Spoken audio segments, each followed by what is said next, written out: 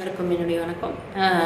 இப்போ நேற்று வீடியோ பேசினதோட அடுத்த இதுதான் வருது. என்னன்னா ஒன்றுக்குள்ள ஒரு விஷயமா தான் இருக்கிற மாதிரி இருக்குது. சரிங்களா? அப்போது நான் வந்து பசங்கக்கிட்ட என்ன சொன்னேன்னா, இந்த மனைவி அப்படிங்கிறவ வந்து நான் உன்னை பற்றி என்ன ஏதுன்னே தெரியாமல் எல்லா விஷயத்துலேயுமே இடம் கொடுத்து எல்லா விஷயத்துலேயுமே உன்னுடைய என்ன சொல்கிறது எண்ணங்கள்லாம் எப்படி இருக்குது, எப்படி ஓடும் அப்படிங்கிறதெல்லாம் தெரியாமையே வந்து தன்னைத்தானே வந்து அர்ப்பணிச்சுக்கிறாங்க. அர்ப்பணிக்கும் போது அவங்களுக்கு ஒரு என்ன வந்துடுதுன்னா, சரி நம்ம இவரு கூட நம்ம இவ்வளோ தூரம் நம்ம வந்து பழகிட்டோம், இவ்வளோ தூரம் நம்மளை வந்து கொடுத்துருக்கோம், அதனால் இன்னும் கொஞ்சம் நம்மளுக்கு வந்து இன்னும் நிறைய விஷயங்கள் எதிர்பார்த்த மாதிரியாகவே கிடைக்கும் அப்படிங்கிற எண்ணம் இயல்பாகவே பெண்களுக்கு அது வந்துடும். ஏன்னா அதுதான் அந்யூன்யமான வாழ்க்கை அப்படிங்கிறது. என்னென்னா நீங்கள் அவங்கக்கிட்ட எடுத்துக்கிற ஒரு சில விஷயங்கள், அதே மாதிரி அவங்க உங்களுக்கு கொடுத்த விஷயங்கள், இதெல்லாம் சேரும்போது அவங்க வந்து அந்த இடத்துல தன்னைத்தானே ஒரு வகையில் மிகைப்படுத்தி வச்சுக்குவாங்க. சரியா?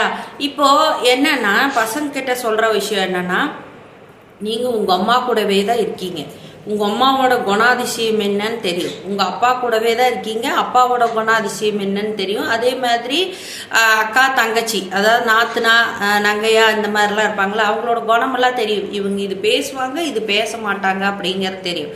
இப்போ நேராக அந்த பொண்ணு வந்து உங்ககிட்ட ஒரு பிரச்சனை அல்லது இந்த பொண்ணு வந்து கொஞ்சம் பிடிவாதம் பண்ணுறான்னு சொன்னால், எடுத்தோடனே நீங்கள் ஏன் ஐயோ இத்தனை நாள் நல்லா இருந்தா, வேணும்னே பண்ணுறா, வேணும்னே என் கூட பொழைக்கக்கூடாதுன்னு அதை பண்ணுறா இதை பண்ணுறான்னு நீங்கள் எல்லாத்துக்கு முன்னாடி அவன் மன்னிப்பு கேட்கணும், எல்லாத்துக்கு முன்னாடி இப்படி நடந்துக்கணும், எல்லாத்துக்கு முன்னாடி அப்படி நடந்துக்கணும் அப்படின்னு சொல்லி புதுசாக நீங்கள் உங்கள் அக்கா தங்கச்சிகளுக்கு சொல்லித்தராத ஒரு விஷயங்கள் எல்லாமே இவளுக்குள்ளே புகுத்தி வச்சு வேடிக்கை பார்க்கணும்னு நினைக்கிறீங்க. பெரும்பாலும் அம்மா கிட்ட இருந்து வர்றது என்னென்னா, நீங்கள் மருமகனை ஒருத்தி வர்றதுக்கு முன்னாடி ஒரு தட்டு வச்சு முழுசாக பராமரித்து சோறு போட்டிருப்பீங்களான்னு கூட தெரியாது. ஆனால் மருமக வந்ததுக்கப்புறம் தான் தட்டு தூக்கிட்டே வருவீங்க. புரிஞ்சுதா? ஆனால் இது வந்து எல்லா வீட்டுகள்லையும் நடக்குதானா, சில புரிதல் இருக்கக்கூடிய தாய்மார்கள் வீட்டில் அந்த மாதிரி நடக்கிறதில்ல.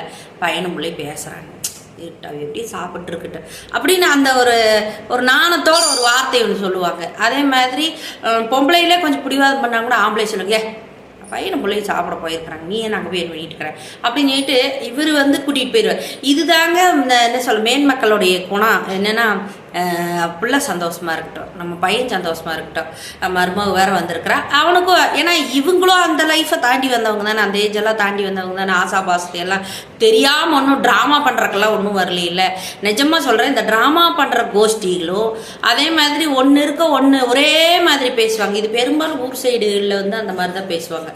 ஒருத்தர் ஒரு குத்தத்தை கையில் எடுத்துட்டாங்க அப்படின்னு சொன்னாக்கா, அந்த குத்தத்தோட அச்சு மாறாமல் அந்த ஊரோட கடைசி வரைக்கும் போனீங்கன்னாக்கா அந்த மாதிரி தான் இருக்கும். இதே போல் சைடு பார்த்தீங்கன்னா, நான் பார்த்து மன வருத்தப்பட்ட சில விஷயங்களும் இருக்குது, எனக்கு நடந்த சில விஷயங்களும் இருக்குது. எப்படின்னு கேட்டிங்கன்னா, எனக்கு உடல் ரீதியாக கொஞ்சம் உடம்பு சரியில்லாமல் இருந்துச்சு. அப்போ எனக்கு ஃபிட்ஸ் வந்துருச்சு, நான் கீழே விழுந்துட்டேன். கீழே விழுந்த உடனே எனக்கு வந்து கொஞ்சம் சுயநினைவு இருக்கும்போதே கொஞ்சம் வாங்கலை அப்படின்னு சொல்லும்போது அந்த அம்மா என்ன சொல்கிறாங்கன்னா, இல்லை நாங்கள்லாம் வந்து உங்களை தொடக்கூடாது, நாங்கள்லாம் வந்து உங்களை தொடக்கூடாது.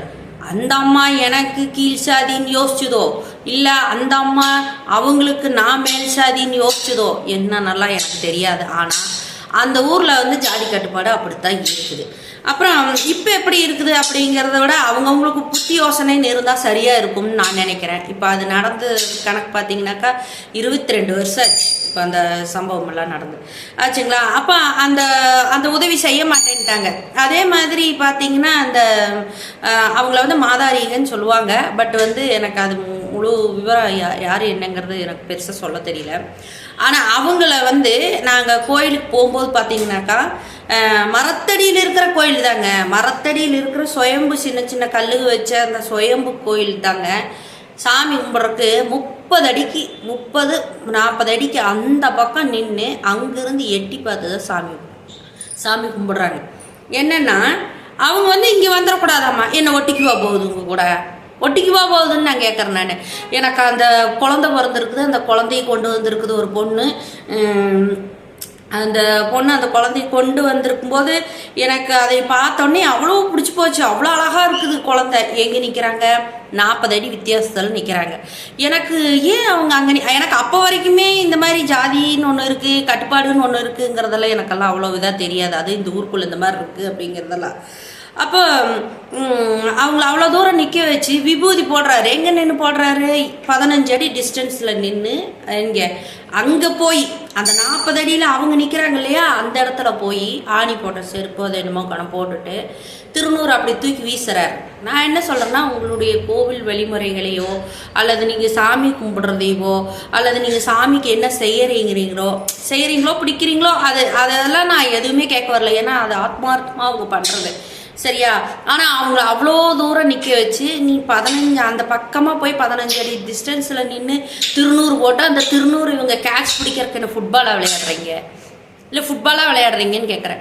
எனக்கு அதெல்லாம் கொஞ்சம் அந்த இடத்துக்கு போகும்போது எனக்கு மன அழுத்தம் தான் ஜாஸ்தியாச்சு. ஏன் இப்படியெல்லாம் பண்ணுறாங்க? ஏன்னா எப்படி இருந்தாலும் அதே இடங்களுக்கு தான் போக வேண்டியது இருந்தது. காலையில் அவங்க தான் மந்திரிப்பாங்க. பெரும்பாலும் பார்த்தீங்கன்னா காலையில் அவங்க தான் மந்திரிக்கிற இடத்துக்கு போய் நின்னா இவங்க ஒரு தனியாக ஒரு இன்னென்ன கேட்டகரின்னு இருக்கிறவங்க ஒரு பக்கமும், ரொம்ப உள்புழக்கத்தில் இருக்கிறவங்கெல்லாம் ஒரு பக்கமும் நின்று மந்திரிப்பாங்க. அப்போ அந்த குழந்தைங்க வருன்னு அழுது கத்தும். அல்லது அவங்களும் அதை அக்செப்ட் பண்ணி தான் இருக்கிறாங்க. அவங்களும் அதில் வந்து என்ன சொல்கிறது இணைஞ்சு வாழ்கிற முயற்சியில் தான் இருக்காங்க. ஆனால் எனக்கு அது பார்க்கும்போது ரொம்ப மனவேதனையும் மன வருத்தம் இருந்தது. பத்தாததுக்கு எனக்கு உடம்பு சரியில்லை அப்படிங்கும்போது பஸ்ஸாவது என்னை ஏற்றி விடுங்க, ஏன்னா எனக்கு உடனடியாக நான் டாக்டர்கிட்ட போகணும் அப்படின்னு சொல்லும்போது அங்கே எத்தனை மணி நேரத்துக்கு ஒருக்கா பஸ்ஸுன்னா அந்த ஊருக்குள்ளே 40 நம்பர் வருது, புரிஞ்சுக்குவீங்கன்னு நினைக்கிறேன். அப்போ ஒரு 2 மணி நேரத்துக்கு ஒருக்காவோ என்னமோ தான் பஸ்ஸு வருது. அப்போ எனக்கு டைமிங் சொல்லியிருந்தாலும் கூட நான் போயிருப்பேன். எனக்கும் அவ்வளோ மெச்சூரிட்டியாக பேசவோ இல்லை அதை பற்றி தெரிஞ்சுக்கவோ எனக்கெல்லாம் வயசு பத்தலை அந்த மாதிரி. ஏன்னா சிறு வயசுலேயே மேரேஜ் ஆனதுனால. அப்போது ஒரு ஊருக்குள்ளே வந்து எல்லோரும் ஒரே மாதிரி தான் நடந்துக்குவாங்க, ஒரே மாதிரி தான் பிஹேவியர் பண்ணுவாங்க. அந்த ஒரு பொண்ணு மேலே அவ தப்பு செஞ்சாலோ செய்யலையோ தெரியாது, ஆனால் அந்த பிள்ளை மேலே அவங்க குடும்பத்தில் பேசின தப்பு மொத்தமாக ஆமாம் அவள் பண்ணால் நாங்கள் பார்த்தோம்னே பேசுவாங்க. ஏன்னா இந்த மாதிரி ஒரு சில இடத்துல நீதிமான்கள் மாதிரி யாராவது ஒருத்தர் உண்மையை சொல்லியிருக்காங்களான்னு நான் இப்போ வரைக்கும் நான் பெருசாக எதுவும் கேட்டதில்லை சரிங்களா. அப்போ இந்த மாதிரி ஒரு சிலர் ஒரே மாதிரி பேசிகிட்டே வரும்போது இங்கே வந்து இந்த பொண்ணுக்கும் சிறு வயசாக இருக்கும், இவளுடைய மன அழுத்தத்தையோ இல்லை இவங்க எனக்கு இந்த மாதிரி ஒரு தொந்தரவு கொடுக்குறாங்க அல்லது இவங்க பண்ணுறது எனக்கு பிடிக்கலை அல்லது என்னை எங்கள் அம்மா வீட்டுக்கு போகணும்னு ஆசைப்பட்டாலும் கூட என்னை அனுப்ப மாட்டேங்கிறாங்க அல்லது எனக்கு வயிற்றுக்கும் கூட எனக்கு இப்படி வந்து மனசார உணவு தர மாட்டேங்கிறாங்க அல்லது கொடுத்ததை சொல்லி காட்டுறாங்க. ஏன்னா அந்த பொண்ணு வந்து டவுனில் வளர்ந்துட்டு மறுபடியும் உங்களுக்கு வந்து ரொம்ப கிராமப்புறமான குணாதிசயம் இருக்கிறவங்க, கிராமத்தில் மட்டும் இல்லைங்க, கிராமத்திலிருந்து நம்ம ஊருக்குள்ளே வந்து பெரிய வீடு கட்டி இருக்கிறவங்க தான், ஐ மீன் டவுனுக்குள்ளே வந்து வீடு கட்டி இருக்கிறவங்களா இருந்தாலும் புத்தியில் அந்த வந்து அந்த ஒரு இதுதான் இருக்குது, பொம்பளை பிள்ளைன்னா இப்படி தான் இருக்கணும் அப்படிங்கிற மாதிரியான ஒரு சங்கடமான எண்ணங்களை வச்சுட்டு இருக்கிறவங்களும் இருக்கிறாங்க, நல்ல மனுஷ மக்களும் இருக்கிறாங்க. நான் அவங்கள சொல்லலை, இந்த மாதிரி தொந்தரவு பண்ணுறவங்கள சொல்கிறேன். அப்போது இவங்க மத்தியில் எல்லாம் இந்த பொண்ணு போய் புதுசாக சிக்கிட்டு எல்லாமே கேட்டு பாருங்க. இப்போ இங்கே இருந்த மாப்பிள்ளை வீட்டு சைடில் அவங்க அப்பா இருக்காங்க, அம்மா இருக்காங்க, அக்கா தங்கச்சி இருக்காங்க, அவங்க ஊரை சார்ந்தவங்க எல்லாரும் இருப்பாங்க. இவ ஒருத்தி மட்டும்தான் இருப்பாள். நீங்கள் டவுன்லேருந்து கட்டிட்டு போனாலும் சரி, பக்கத்து ஊர்லேருந்து கட்டிட்டு போனாலும் சரி, இவ ஒருத்தி மட்டும்தான் இருப்பாள். அவங்க அத்தனை பேர்த்தையும் தனக்கு புரிஞ்சும் புரியாமையும் அவங்க கூட எல்லாம் நிறைய போராட வேண்டி இருந்திருக்கும். அதுவும் இல்லாமல் நான் சொல்கிற அத்தனைகளும் எனக்கும் ஏற்பட்ட ஒரு விஷயங்களையும் கலந்து தான் நான் உங்களுக்கு சொல்லியிருக்கேன். இன்னும் நிறைய விஷயங்கள் இருக்குது. இன்னும் என்ன சொல்கிறது, நான் என்னோடய சூழலில் நான் அந்த 2 மணி நேரத்தில் நான் ஹாஸ்பிட்டல் போகணும்னு நான் எவ்வளவோ நேரம் நான் ட்ரை பண்ணி எனக்கு அடுத்தடுத்து கொஞ்சம் நேரத்துக்கு ஒருக்கா ஒரு 2 மணி நேரம் 1.5 மணி நேரம் கேப்புக்கு அப்புறம் எனக்கு தொடர்ந்து பிட்ஸ் வருது அப்படின்னு தெரிஞ்ச உடனே நான் ஆஸ்பத்திரி போகிற கேட்கும்போது பஸ்ஸும் சொல்ல மாட்டேன்ட்டாங்க, உங்களுக்கு வந்து ஹெல்ப் பண்ண மாட்டோம்னு சொல்லிட்டாங்க, நாங்களாம் வரக்கூடாதுங்க, வந்தால் உங்கள் மாமியார் சத்தம் போடுவாங்க, உங்கள் மாமனார் சத்தம் போடுவாங்க அப்படின்னு சொல்லிட்டு யாருமே மனசு இருந்தும் கூட யாருமே ஹெல்ப் பண்ணல. ஒரே ஒரு அம்மா மட்டும் அங்கே இருந்தவங்க என்ன செஞ்சாங்கன்னா, ரசத்தோட சாப்பாடு போட்டு வந்து இது வேணா சாப்பிடு, உனக்கு சாப்பிடாதனால ஏதாவது வருதோ என்னமோ அப்படின்னு சொல்லி போட்டு அந்த அம்மாவுக்கு அவங்களுக்கு தெரிஞ்சதை எனக்கு உடனே செய்தாங்க. இருந்தாலும் எனக்கு வந்து அப்போ இருக்கிற சூழ்நிலையில் உடம்புக்கு என்ன நோயின்னு தெரியாதே. அதனால நான் என்ன பண்ணேன்னா அந்த ரசத்தோட சாப்பாடு சாப்பிட்டேன்.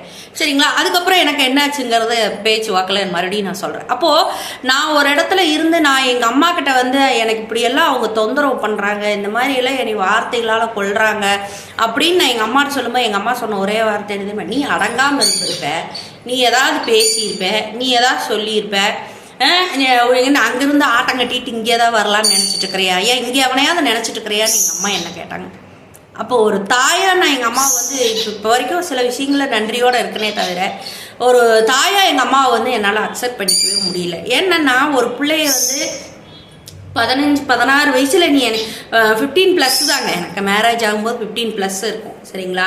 அப்போ 16+ எனக்கு குழந்தை பிறந்தாச்சு. அந்த டைமில் தான் எனக்கு வந்து பிரெயினில் வந்து ப்ராப்ளம் ஏற்பட்டு என்ன நீர்க்கட்டி ஸ்டார்ட் ஆனது. அதை வந்து டிபின்னு சொல்லுவாங்க.